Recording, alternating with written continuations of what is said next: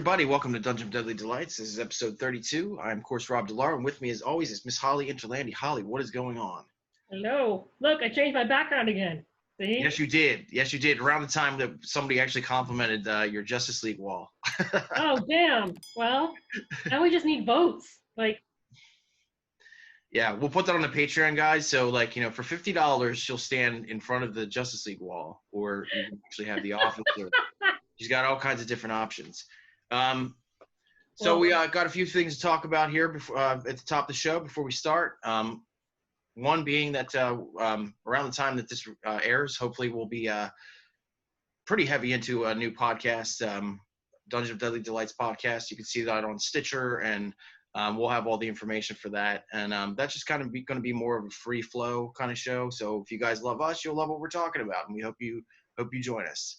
And also, check out our sponsor, Atomic Cotton. Here's one of their t-shirts right here. Beautiful design work. Holly still needs to get in contact with them so she can get her stuff in. And if you go to the Atomic Cotton website right now, you can get 25% off with the code word Dungeon. That's 25% off your purchase. Really, really awesome stuff, and highly, highly recommend that you get Atomic Cotton into your t-shirt collection. Last week, we talked about revenge, and we're going to get into a lot more fun territory, I think, this time. And we're going to be talking about giant monsters. So that is the topic for this week. And Holly, I only worked for Rocket Monster Magazine for a decade, so it's not like I know anything about monsters. I don't have like a giant Godzilla toy behind me or anything. Got some Rodan up there, some zombies. So yeah. So this is giant monsters are my jam. Yeah, right, exactly. I was going to say this is proverbially your jam. So this is really exciting for you. We're not going to be talking about Godzilla the entire hour. Obviously, Holly could very easily do that, and we've talked about that before. But that would be boring. For people who aren't Godzilla fans, Right, so we're going to be talking about just giant monsters in general. So it's going to be a pretty varied mixed bag, and we hope you guys enjoy what we picked out. Yeah. So, Holly. The breach. Let's go. We're going to start in Nevada for our first sighting. What's the first movie you want to talk about today? Yeah, we are. The first movie I want to talk about, it's almost difficult for me to be objective about this film, because without this movie, in all likelihood, we would not be doing this show at all. Mm-hmm. This is the movie that kicked it off for me. Kicked off the monster thing, kicked off the B-horror thing. Really? This one right here? Yeah. Wow. Oh, yeah. And that movie is Tremors. There you go. I do want to say something about Tremors. Obviously, it had powerhouse producers behind it. Gail Ann Hurd was a producer on this, and a lot of really powerful people, you know what I mean? So for some reason, people still kind of count it as a B movie, which is very strange, but even though it has like 5 sequels, I guess there are lots of B movies that still have sequels, but no, I think people call Tremors a B movie just because it's a classic, like, monster attacks people setting, which is what B movies do. Mm-hmm. But Tremors is definitely more than just a B movie. I first saw it when I was like 10 years old. I think I was over at a friend's slumber party, and we decided to get a scary movie because we wanted to be all like hip and show how cool we were. So we were walking down the aisles of Blockbuster, as one does in 1990, and we saw the cover of Tremors, and we were like, "Ooh, that looks scary and awesome!" So we watched it. We were all scared shitless. I later insisted that my family rent it, and it eventually became part of our family lexicon, to the point where my dad is more obsessed with the movie than I am. But I think what's important about Tremors, like at least in the history of monster movies, is that it was one of the first movies that really took advantage of the video market. As opposed to straight to video releases. Tremors was released in theaters. Nobody really cared. Nobody really went to see it. Then it went to VHS, and it had a huge VHS run, and everybody rented it, and they made a lot of money that way. And that was sort of like I remember back in the VHS days, there was a ton of promotion for it, like, posters, Yeah. and, little. Well, and my history is proof of that. I mean, we were the ones who rented it from Blockbuster and then continued to rent it and show it to other people. And I guess if what people didn't see in the theater run, they thought it would be a fun. You can go back and watch the movie now. It was released in 1990, and so everything was practical. Tons of green screen work. They convincingly built these giant worms and puppeteered them in a way that is incredibly convincing. I mean, you don't go back to the original movie and go, ha ha, look at that, excess string, or that looks bad, or that looks bad. Like, no, this looks fan-fucking-tastic. Yeah. Well, it starts out like you're thinking it's like little tiny snakes in the ground, and then it turns out it's actually just the inner mouth, inner workings. Yeah. And one of the snake tentacles grabs onto their their truck axle, and they think it's just a little itty bitty guy, and they realize it's just the tongues of the big ones. Yeah. I'm telling you, this is the one. Without Tremors, I wouldn't be here. But the thing is, they were going to do a TV show. I think there's actually like a pilot or a trailer that's out right now where Kevin Bacon is actually Val again. They were going to do one, I think, on Sci-Fi. I think so, yeah. And Kevin Bacon was willing to come back for it, but I guess it never... He did come back for it. There's actually a trailer with him as Val in like one of the pilots or something.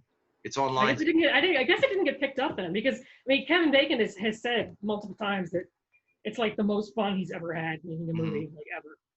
Yeah. And I love that dude. I always have. Oh yeah, totally. But I'm also from Philly too, so I guess I'm biased. Like, sorry, what? I said I'm also from Philly too, so I guess I'm biased. It's one of our Philly treasures right there, Kevin Bacon.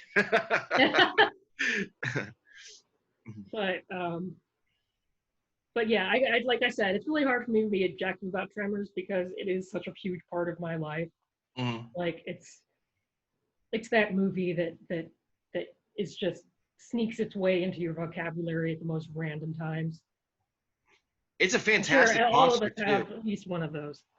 It's a fantastic monster too. I mean, like you said, I mean, it definitely belongs in the annals of monster history for sure. I mean, design and everything. And it's pretty unique too. Like it's such a great concept. Like I think one of the writers, S.S. Wilson, was like, I think they had a concept for like land sharks. Mm-hmm. Like people on islands, they can't get off because they're sharks. It's like, well, what if there was something, in under the ground that we couldn't get away from? And it's just such a great concept, and it's just executed perfectly. So Tremors is up at the top of my monster movie list. Let's talk about another series I'm not like deeply involved in, but I do love the first one, mainly for the performance by the lovely and I absolutely timeless Betty White. Jesus, I can't believe she's still around. I know. Lake Placid. Let's talk about Lake Placid for a second. Oh. The only thing that disappointed me about Lake Placid was the low body count. Yeah, there was a very low body count. I mean, the crocodile's great, and the acting's great, and Betty White, of course, awesome. And Bill Pullman's in that movie too, isn't he? Bill Pullman is the main. Yes, he's the main actor in the movie. Yes. So if you guys aren't familiar, Lake Placid's pretty simple. It's there's some stuff going on in this one particular area, and they're trying to figure out what it is. There's even a scene in the beginning where they're attacked by this like giant black bear, and this thing gets just swallowed whole by this massive 30-foot fucking crocodile. And it turns out that Betty White has been feeding him the entire time because she was happy that it killed her husband. So every time she's interrogated, like you've got old Betty White with this like amazing fucking potty mouth the entire movie. Like she says shit like, if I had a dick, I'd tell you to suck it.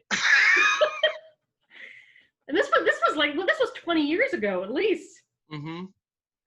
Betty White is immortal. I mean, she really is. And isn't there a scene where like they literally hold like a live cow above the water as bait? Yeah. They say, well, basically, they see Betty White trying to feed this thing with a cow that's blindfolded. And then they start asking her questions about her husband, like, was he blindfolded when you killed him? And then they ask her, just straight up, did you kill your husband? She's like, yes, and I'm happy I did. You know what I mean? Like, she's a big fan of this alligator, and she hopes that that he swallows all your friends whole. It's, I mean, just her lines alone like make that movie just absolutely incredible. But yeah, it's a fantastic looking alligator. I haven't seen it in a long time, but I remember when I first saw it, it was really, really effective. And then of course, spoilers, and it turns out at the end that there's a second one, and they've been mating, and of course Betty White is feeding the fucking babies too. So obviously there was a bunch of sequels that happened. Yeah, there have been a bunch of sequels as well. I didn't see any of the sequels though. Me neither. I saw the first one. No, I like Lake Placid a lot. I think that was a lot of fun. And interesting enough, directed by Steve Miner, did like Friday the 13th Part 2. Written by David E. Kelly, who was really prominent, TV screenwriter. So it was a weird, interesting collaboration there. Where you have somebody doing something like The Practice, usually working with, like a, pretty much a horror director. So that's technically all, like for the most part, Steve Miner did. So well, and I think 99, it came out in 99, right? That was a great year for like giant monster movies. I think Deep Blue Sea came out the same year. Yes, it did. Mm-hmm.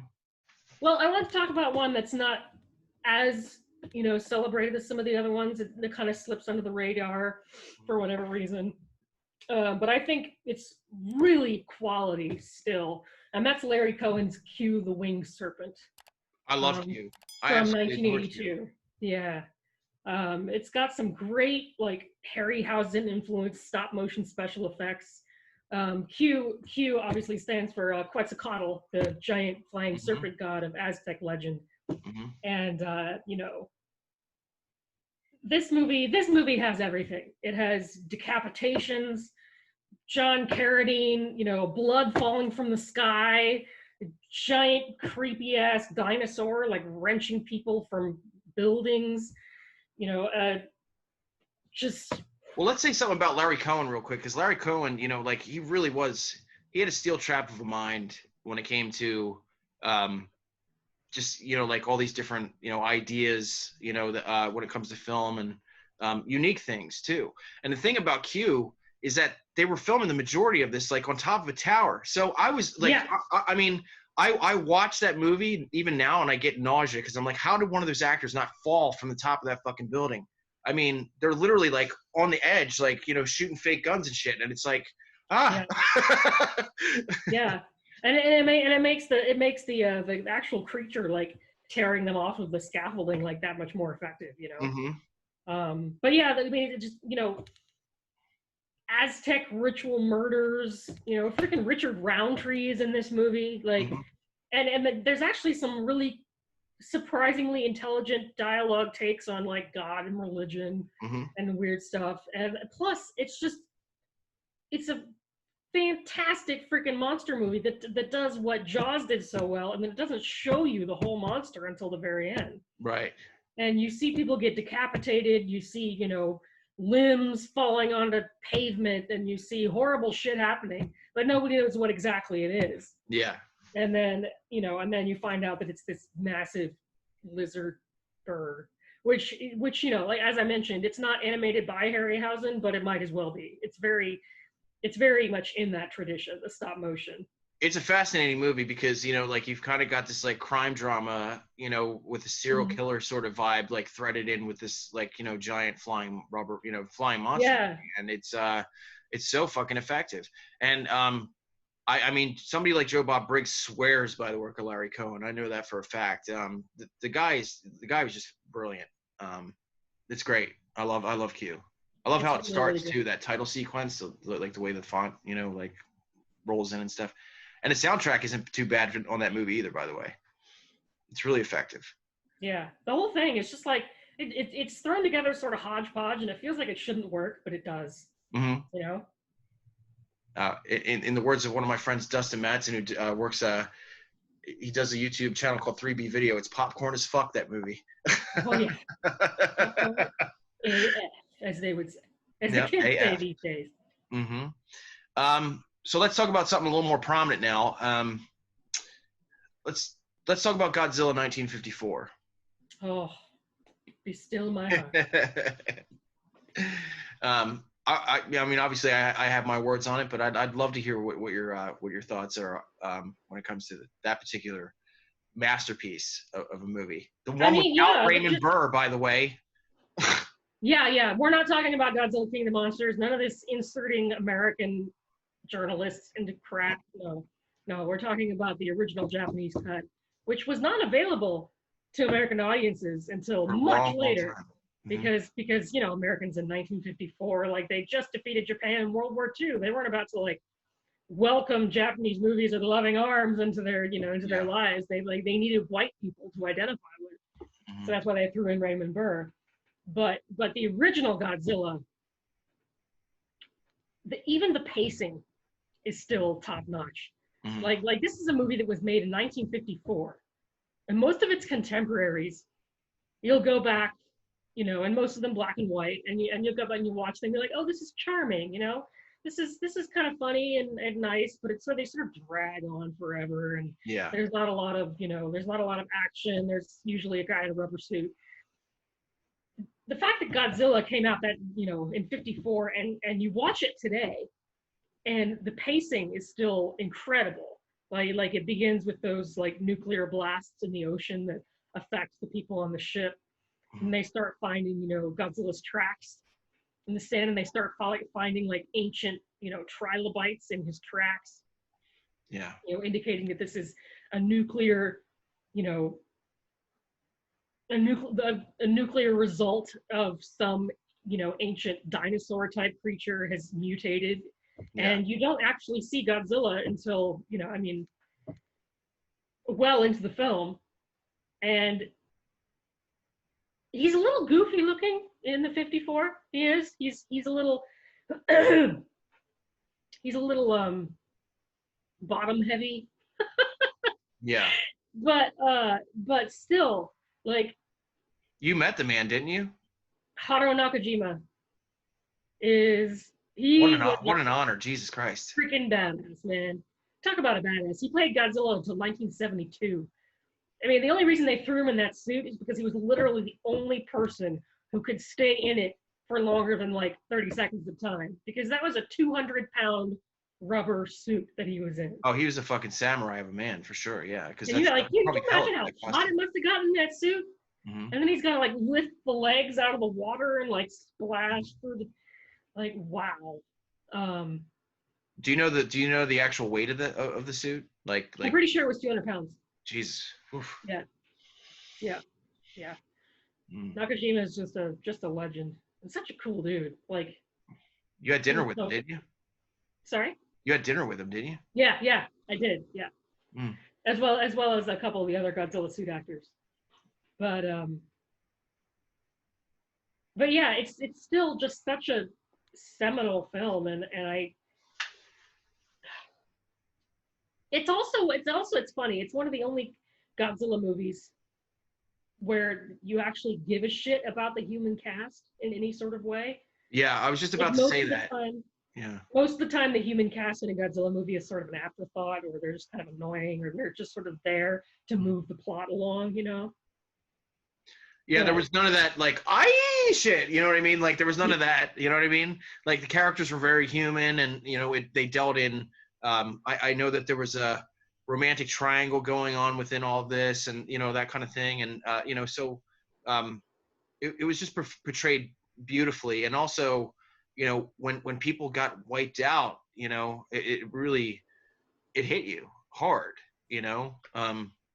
when Godzilla would just like, wipe out, women and children and stuff. It was like, Look at the scene with the train, man. That's so iconic.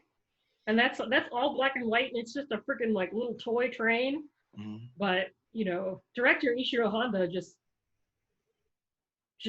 knocks it out of the park. Absolutely knew what he was doing.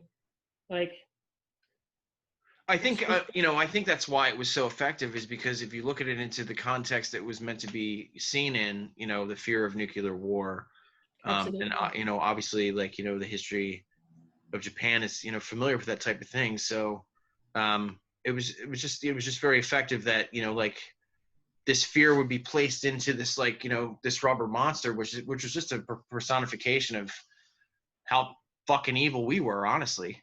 Yeah, personification of the nuclear bombs. Yeah, Mm-hmm. exactly what it is. Yeah.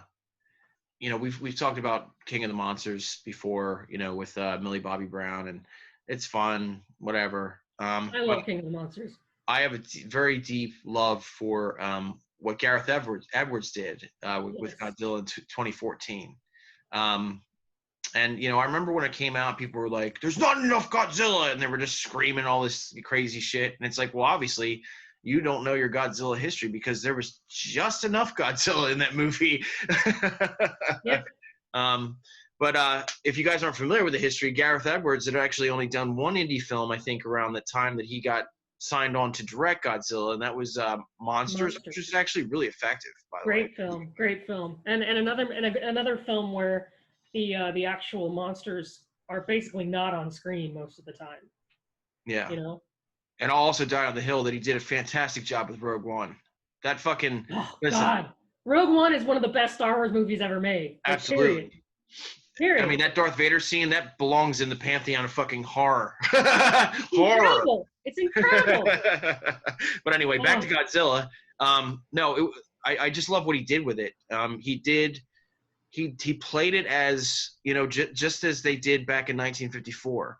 He played Godzilla as a force of nature. So you didn't necessarily know if he was, like, with you or against you. He wasn't, there was no real, like, good, bad thing. It was just like, once this thing reaches shore, like, there's people that get wiped out by tsunami, you're just so fucking big and powerful that, like, people are just going to get eliminated everywhere, I love that aspect of it. And, I mean, also too, I did enjoy what they did. Like, they weren't bringing Rodan in and all these other things. I liked the Muto. I thought they were kind of cool. Yeah, well, I think it was good that for the first, Western attempt at Godzilla since the god awful '98 debacle that we do not speak of. The first attempt at Godzilla since then, I think it was good that they left out most of his famous foes and just focused on Godzilla himself. Mm-hmm. And some other monstrous threats, but not ones that we are familiar with or attached to personality to at all. There's just some really incredible shots. I mean, like, when you're not really seeing Godzilla, as a whole, you don't necessarily see him until that airport fight scene. I think that's the first time where you actually see him. When you just see when you see his scales, like, riding the ocean next to all the aircraft carriers, and oh my God, like, so many wonderful scenes in that movie that he put in. And I do like that it's from the perspective of the viewer, like, you're not seeing it from the eye line of Godzilla. Like, you're actually seeing what, like, if we were actually to see this, like, in our lifetime, this is exactly what it would look like. You would see it from the perspective of the actual, of the people actually, like, witnessing this thing for the first time. Like, what the fuck is, you know what I mean? Like, what's going on? Yeah. Do you have anything to say about 2014? I mean, I loved it too. I was fortunate enough to see it in an event, a Famous Monsters event, where we had Kenpachido Satsuma with us, who was in the Godzilla suit from '84 to '95. Mm-hmm. So that was super fun. And I agree with you. I thought there was plenty of Godzilla for what they needed to do with it. Yeah. I thought, the tease of, like, the atomic breath was just so perfectly done. Oh, so great. Yeah. And Muto, and he's like, I just love it. And then the end, when everyone's like, oh no, Godzilla is, he's dead. And then, no, he just sort of gets up and he, like, brushes himself off and he just wanders back into the ocean. Like, right. All in a day's work, guys. With his massive, like, scaly abs. Like, the dude, like, he was ripped. Godzilla. Well, yeah, everybody kept saying stuff like, legendary Godzilla has a fat ass or whatever. I was like, dude, Godzilla has always had a fat ass. Don't give me that. If you look at the 54 Godzilla, he has just as fat of an ass. Godzilla was daddy in that movie, I'll tell you what. I hate that terminology, by the way. So before we step away from Godzilla, you wanted to talk about another awesome one, which I've seen, which is Shin Godzilla. Yeah. Came out, what was it, 5 years ago, I think? 2016, yeah, 4 years ago. So it was, Shin Godzilla was the first Japanese return to Godzilla since they had done Final Wars in 2004. Mm-hmm. So Final Wars was 2004. Then 10 years later, that was the one where they actually beat up the iguana from the Godzilla. They beat up the Godzilla in '98. Yeah.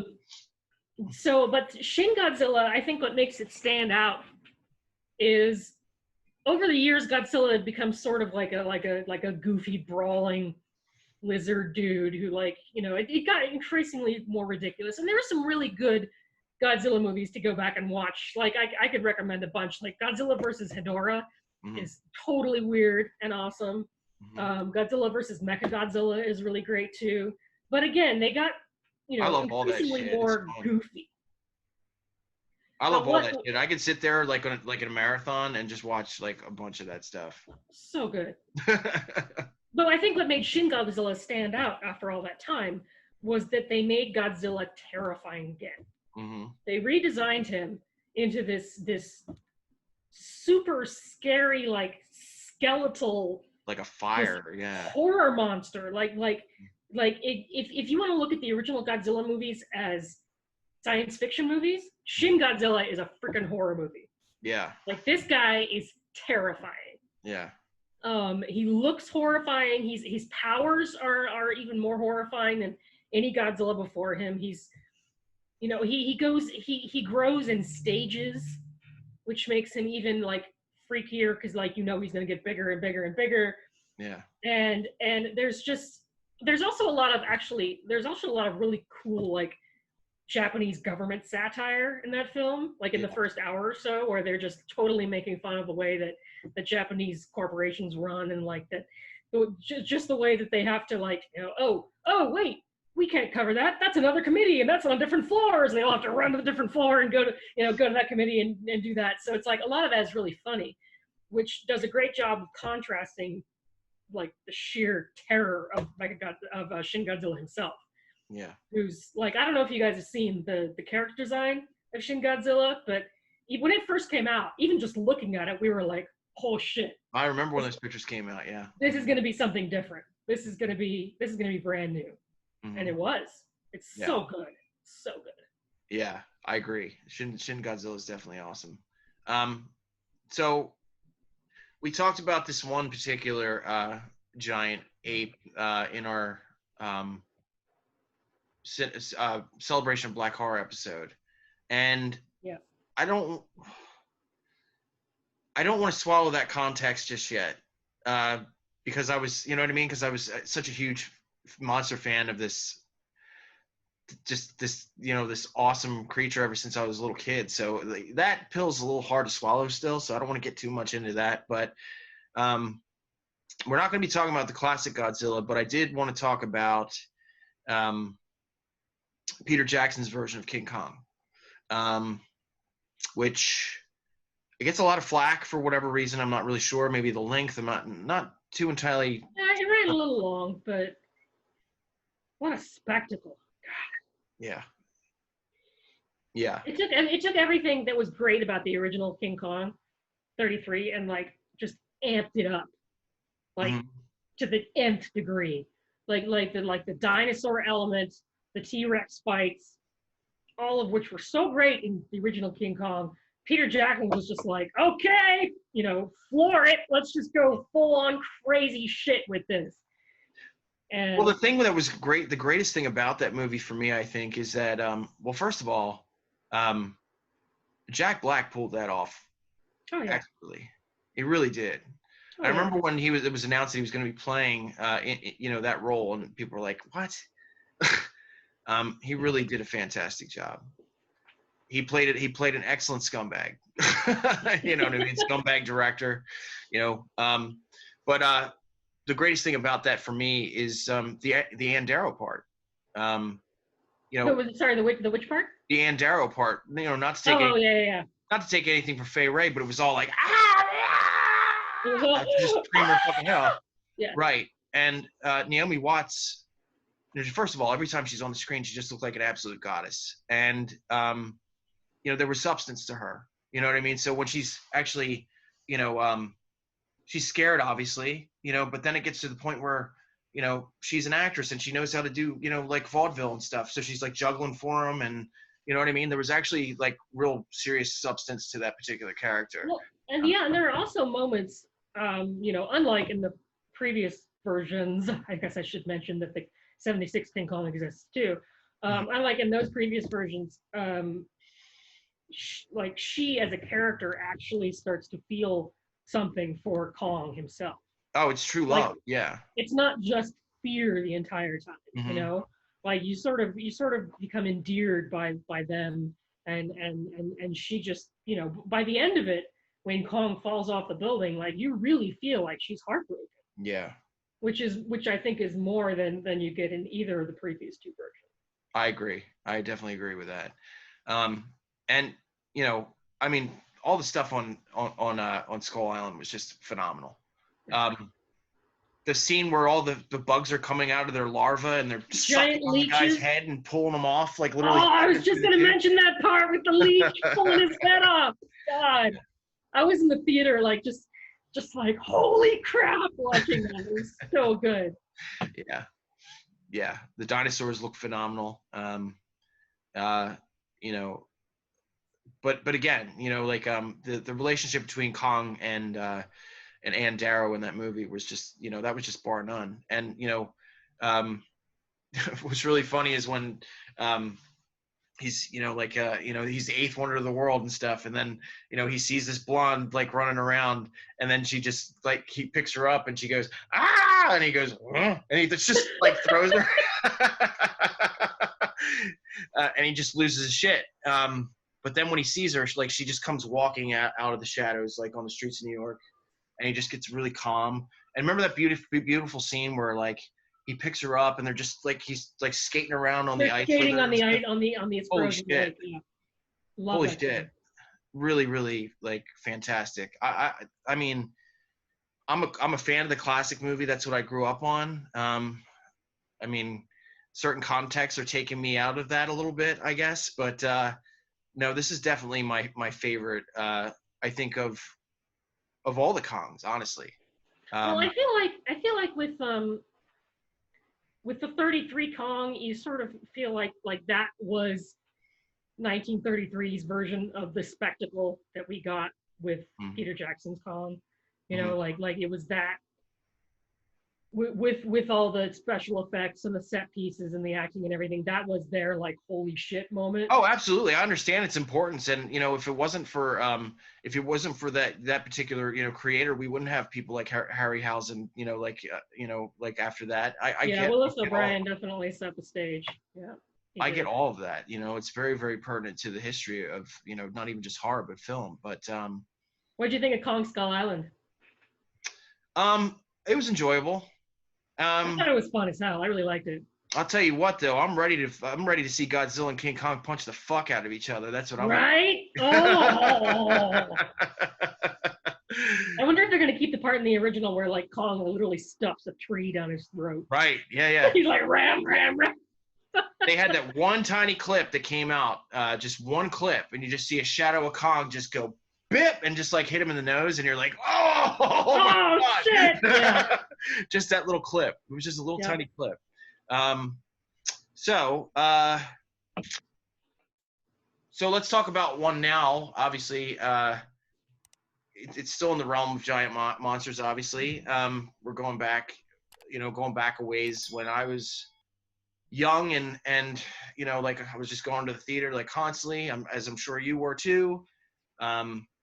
I didn't know anything about the book by Michael Crichton when it came out or any of that, but when I sat there and watched Jurassic Park, oh my God! I mean, what a what a fantastic experience. Like, That's funny that you never came at forget. it so differently, because everyone in my family had already read the book, and we Mhm. were all such huge fans of the book. We basically had a Jurassic Park party when the movie came out. Oh, We were wow. like, yeah, let's do this. Wow. We were equally blown away, but yeah, we all went into it loving the book. So So I what mean, I was your think that's experience the going to testament see to it? it, really, is that it could speak to people both who were familiar with the book and people who weren't.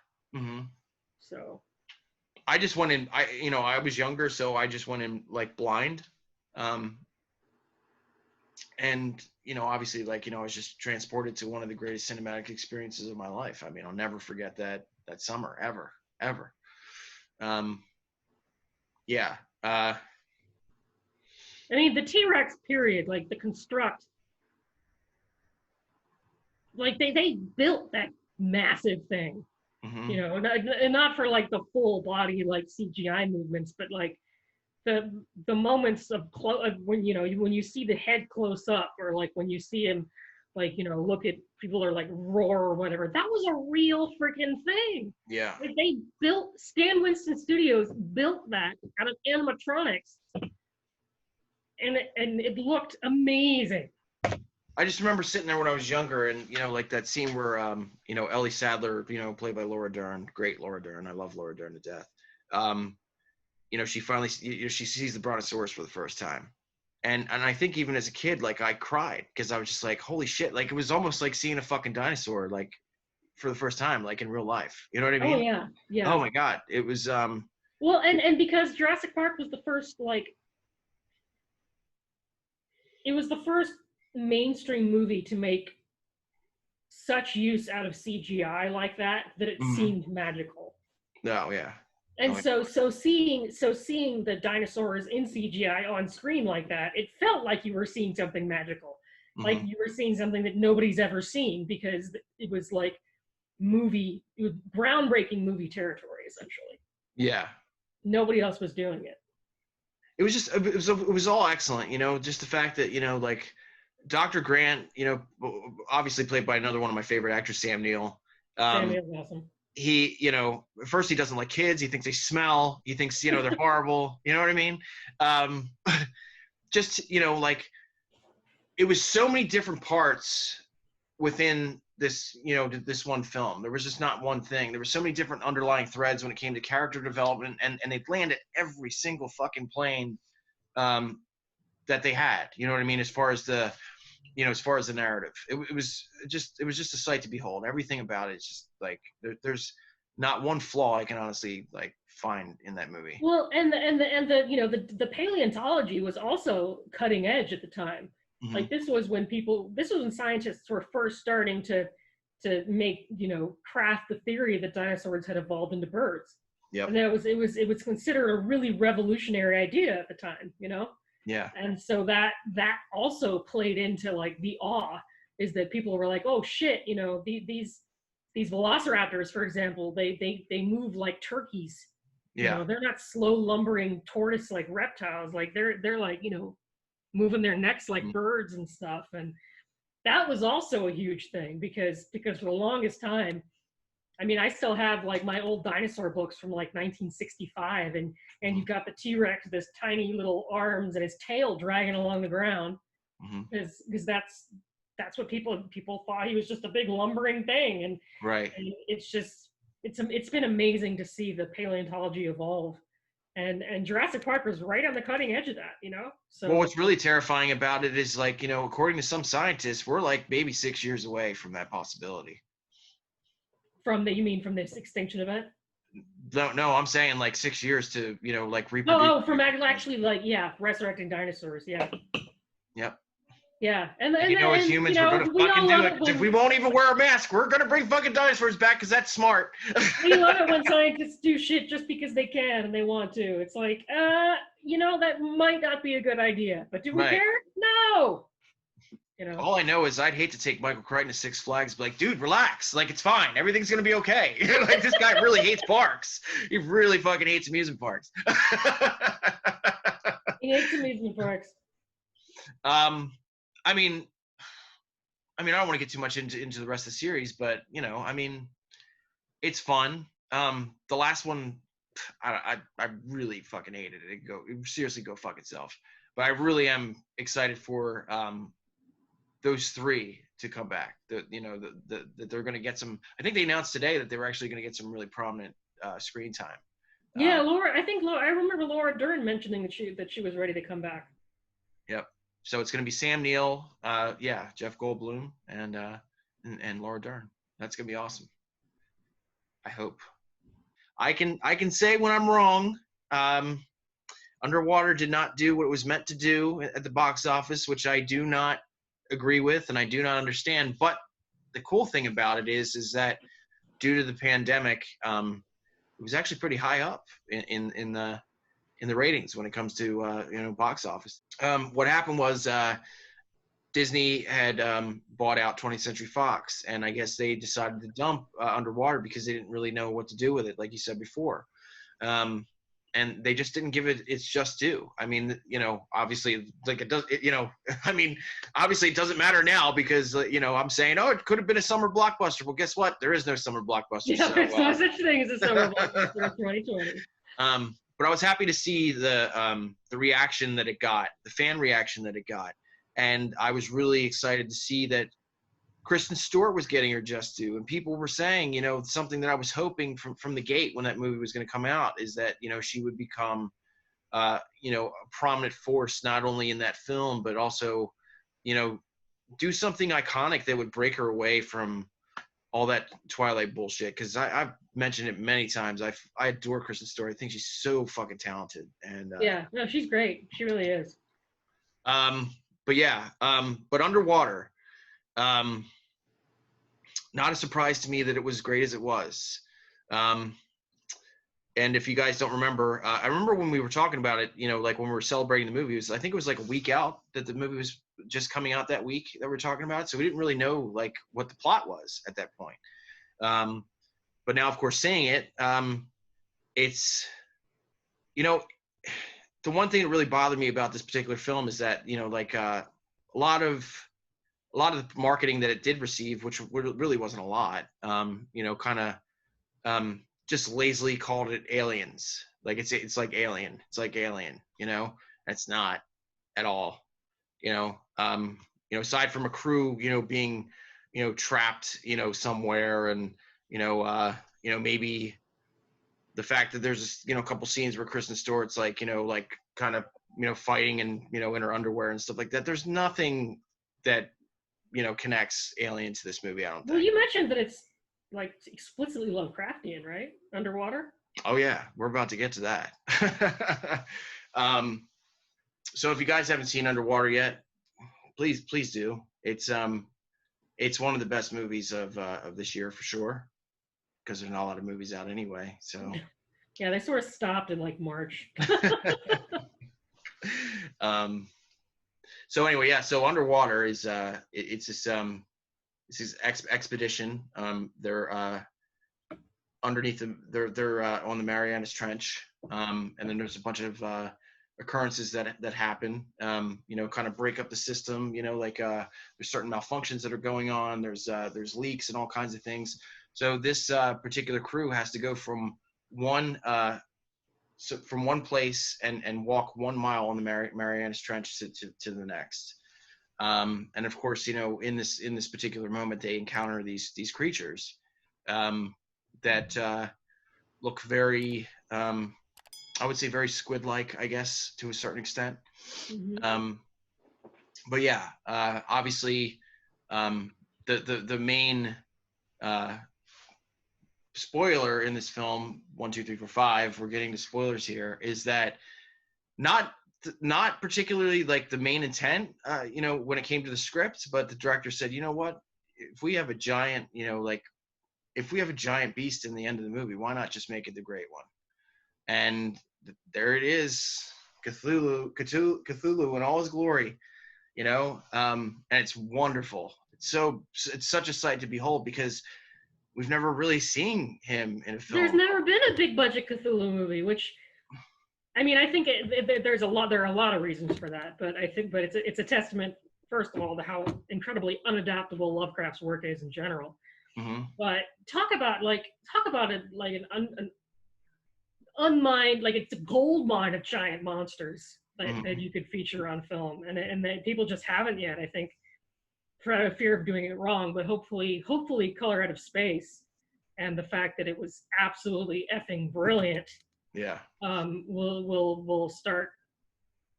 Will make people a little bit less afraid to adapt Lovecraft stuff, you know, and maybe bring in some of the monsters again.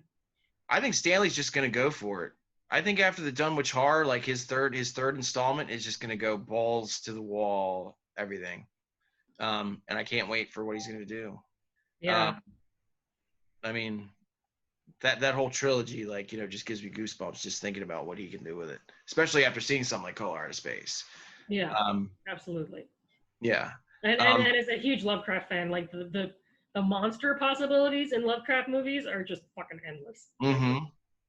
Man. And I know Del Toro was just saying recently, he's like, he's still trying to get at the Mountains of Madness, trying to get to it, you know. So, you know, who knows? And who knows what Lovecraft Country will give us when it comes on HBO. Yeah. You know? But this Underwater is it's just pure action, you know, but there is this underlying thread with Kristen Stewart's character where she is dealing with loss and, you know, and stuff. So she's not like, you know, just this badass, you know, like you know, what's that one thing people throw around, Mary Sue? She's not like that at all. There's definitely some emotional depth to this character. You know, she's facing a lot of emotion at this particular point, and her character is just so effective. And I thought the team, you know, like the team that they chose was just fantastic. I love Underwater. I think I was a fan of it before it even came out, because I just knew that movie was just gonna hit every cylinder like the right way. Well, it's encouraging to hear you speak so positively about it, especially after it was basically just dumped, you know. There's a lot of fans of the movie, which I'm really excited about. I see a lot of people say, "Oh my God, Underwater was fantastic," and that yeah. Maybe the director will get a step up and. I hope so. Do some more awesome giant monster stuff.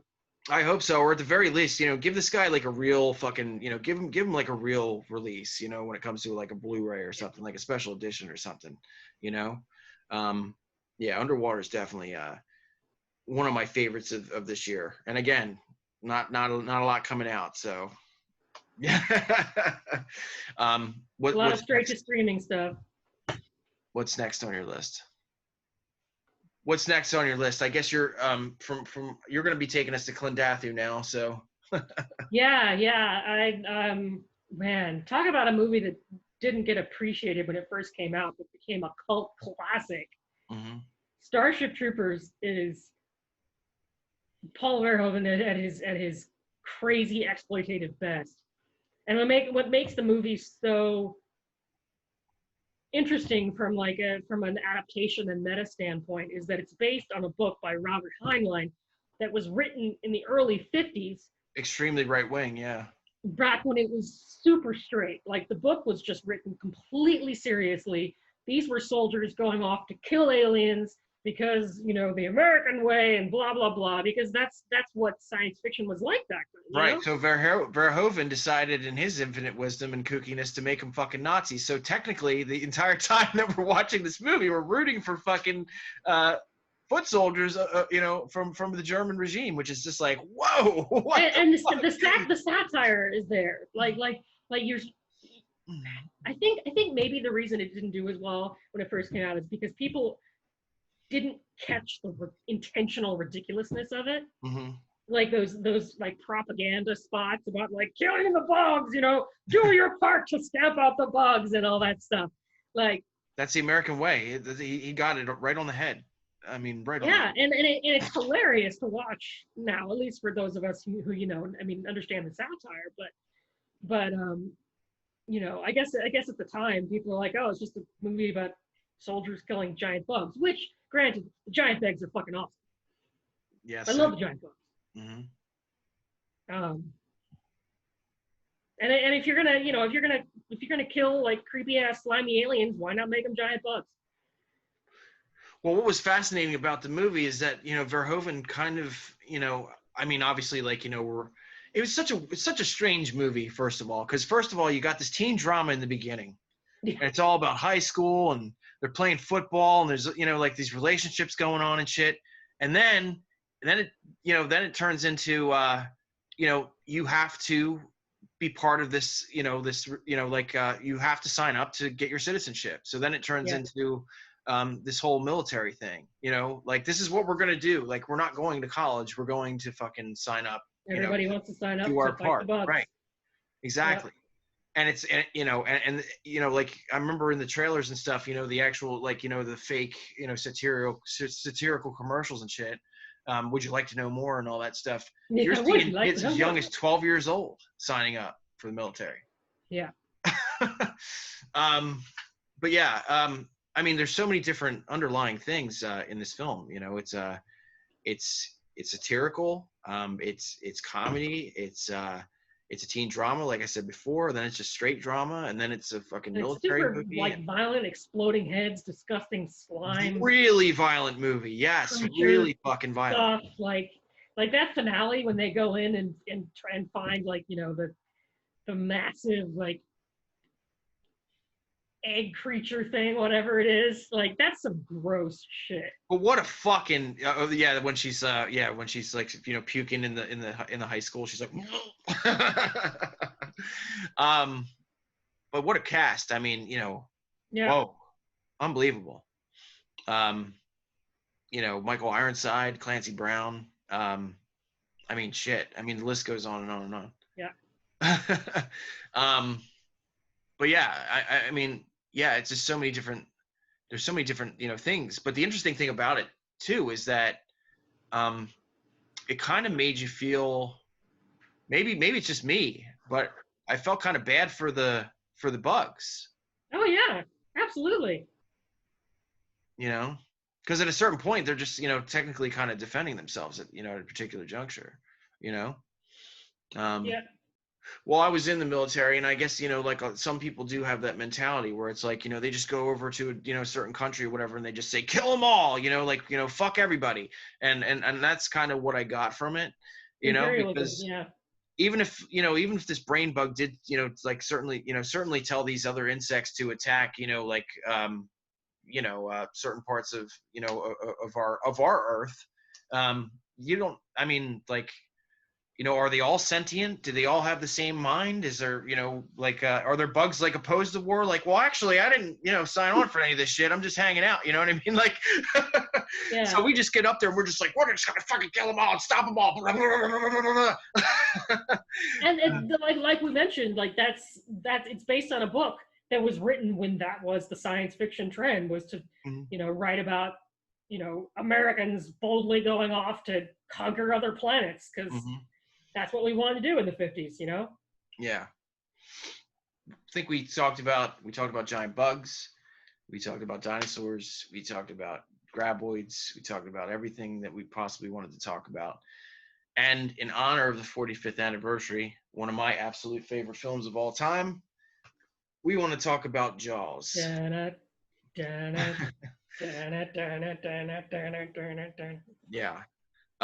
What are your thoughts on Jaws? A perfect film. Just we're on the same. I mean, despite all, all the troubles they had with, like, the animatronic shark and all the stuff they couldn't get to work. And it's funny, I find that a lot of the times when there's so much behind the scenes trouble in a film, like, you don't see it in the final product, and it becomes a classic anyway. Yeah. And that's the case with Jaws. I mean, it's just, the pacing is just brilliant. Again, it's the ultimate movie where they tease the monster. They don't, you don't see a shark, and it sets the artistic standard when it comes to that, I think, because when people are talking about movies with giant monsters or, like, animal disasters or whatever, like, everyone refers back to Jaws as the standard. Absolutely, yeah. And as well as they should, because it's a horror movie, but it's also got this incredible, like, sub story about trying to defy like politics to get people's safety, in mind, and close the beaches because they know there's a killer shark. And and Richard Dreyfuss playing this hilarious shark specialist. Great dialogue, a lot of really funny stuff, but also really serious stuff. Yeah. And then of course the whole last third of the movie that takes place on the boat. And that you're going to need a bigger boat, and just everything, like Quint telling the story of the the Navy ship that went down, like that almost doesn't need illustration. It's freaking riveting. And that was all ad-lib, by the way. The whole story was Robert Shaw. Yeah, he just wow. Well, from what I'm gathering was these three were drunk a lot for real on the set, because they were just like waiting for a certain sunset or a certain tide. Yeah. Because Steven Spielberg was like filming everything like on a real sea. Yeah. So they had nothing to do but just sit around and like twiddle their thumbs. So a lot of them were drunk a lot. So I guess Spielberg being the rebel he was at that time. I mean, he was only like 20 something years old when he did that movie. Yeah. Yeah, that was just an improvised scene that Robert Shaw just decided he wanted to bring up. Wow, I didn't know that. That's amazing. USS Indianapolis, which was obviously a real event, and terrifying story. Yeah. Yeah. I mean, I was just watching something recently, and Joe Alves, who actually designed Jaws, like he did the actual schematics for how it was going to look and stuff. Mm-hmm. It's interesting because around the time that they were doing that, I mean, there wasn't Google obviously, and there wasn't there wasn't a lot of illustrations. So the shark itself looked completely different from any other shark that we've seen, obviously, like in real oceans and stuff, because they only had like certain ideas of what this thing would look like. But there's something to be said that a movie like that can still, and maybe that's part of why the shark is still so terrifying, because it doesn't look like other sharks. Mm-hmm.